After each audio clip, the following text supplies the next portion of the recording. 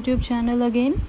So today we will discuss some questions about Chaucer, and this topic which we have already covered in previous videos about Chaucer and his tales will be completed today. Okay, these are the major questions and major plus easy and difficult both type of questions today we will discuss. So that's it. Let's start. What is the title of the earliest of the Chaucer's poem written sometime between 1369 to 1372? So you have to remember that the timings are from 1369 to 72. So link them with the answer is the Book of the Duchess. Next is, what name is now given to the language in which Chaucer worked English? You have to cram this, that name which given to this language is Middle English. Then which is the first of the Canterbury tales? I hope you people all know that which is the first Canterbury tale, because I have mentioned it in my lectures many times, and the answer is Knight's Tale. Which of the tale tellers has a conspicuous hairy wart? Wart is basically a massa type. And then which tale have this? And the answer is Miller's Tale, the Miller's Tale. What does the squire wear? Squire is a character in the Squire's Tale. What does he wear? And the answer is he wears the cloth embroidered with the flowers. Who marries Emily in Knight's Tale? I hope you remember that in Knight's Tale there are two characters and who both love Emily, the same girl. I think the characters are Palamon and Eside, and the answer is Palamon, D. Which of the following tales is a fabula? Which in all of these? Knight's Tale, Nun's Priest's Tale, Wives of Bath, and the Miller's Tale. And the correct answer is Miller's Tale. Miller's Tale is basically a fabula. What is the Wife of Bath's prologue about? I have already told you about this, that Wife's Bath prologue is about the 5 different husbands, her life with her 5 different husbands. Then question number 9, when does the Canterbury Tales takes place? You have to choose the closest one in the Renaissance, in the pre-Christian Britain, during the Norman invasion, or in the late 14th century. And the answer is in the late 14th century. We can relate it with the age of Chaucer. Then which tale qualifies as a part of medieval sermon? Which tale part qualifies this?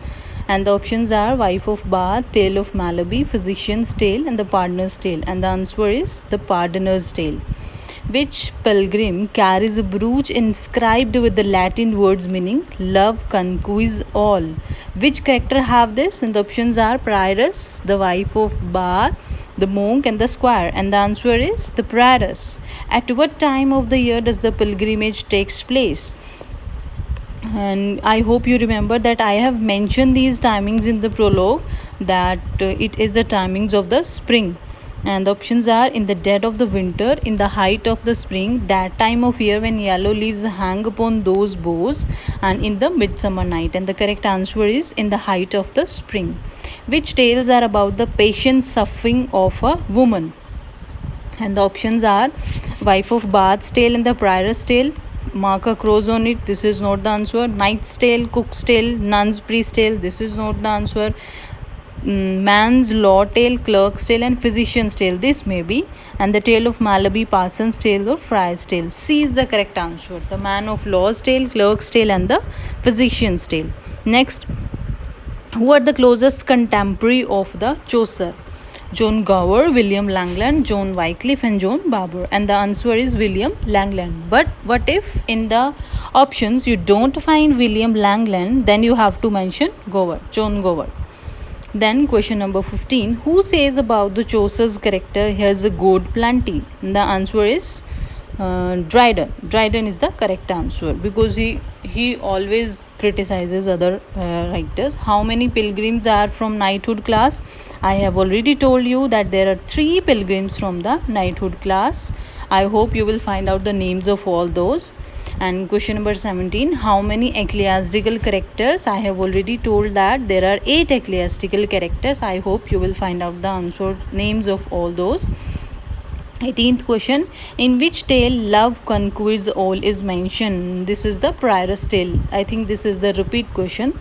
Question number 19, John Lydgate begins his Siege of Thebes with the prologue of 176 lines in which he imagines himself joining Chaucer's pilgrim in Canterbury, where he speaks with the host and agrees to tell the first tale on the homeward journey. The story that Lydgate tells as a pilgrim depart from Canterbury is meant to be the common piece too.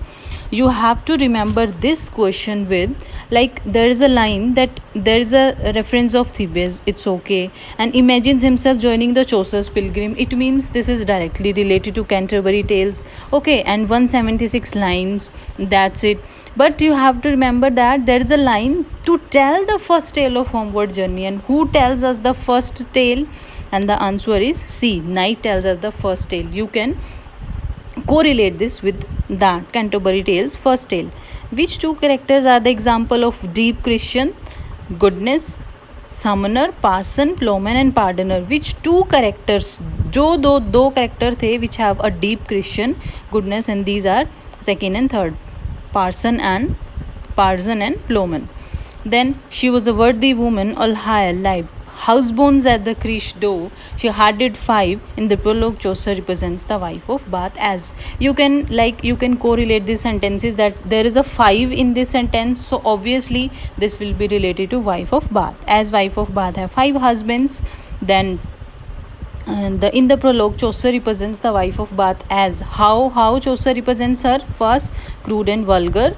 Second, outspoken and boastfully licentious. Third, a witness to masculine oppression. And fourth, bubbling with the vitality. And the correct answer is 1, 2 and 4. That is crude and vulgar, outspoken and boastfully licentious, and bubbling with the vitality. Next, question number 22. How did Chaucer pardoner make his living? By selling stolen cattle from the neighborhood ottery, by selling indulgences to those who committed sins, by pardoning those who stole the property or committed other crimes, by assisting the friar in church services.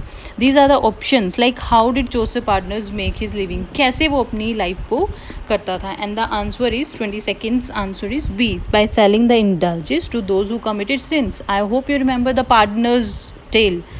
He indulges to those who have committed the sins. Question number 23. Out of the gospel, he the words God, and this figure he added ether, that if gold rust, what shall I do? In the prologue, parson represented as a man who loved money, who criticizes the corrupt clergy, and who practiced what he preached, and who was a poor but the honest clerk. These are the options. You have to find out the right answer from these. First is who love money, who criticizes the corrupt clergy, who practiced with what he preached, and who was a poor but the honest clerk. You can directly relate it with the honest clerk, and the answer is C, that is 2, 3 and 4. Second, third and fourth, who criticizes the corrupt clergy, who practiced what he preached, who was a poor but a honest clerk.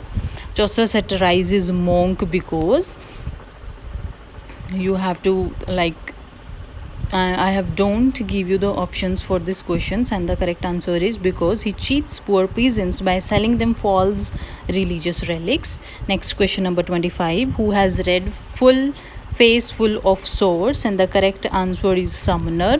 Tale about the murder of a child by the Jews, and the correct answer is Prioress. The same one which I have already mentioned. I think this question is repeated 3 times, and these are the basic questions. The difficult one questions you will find in your paper, and from outside all these questions, I hope you don't find any difficulty in learning these questions. Just learn these questions and practice again and again, and go through the quizzes from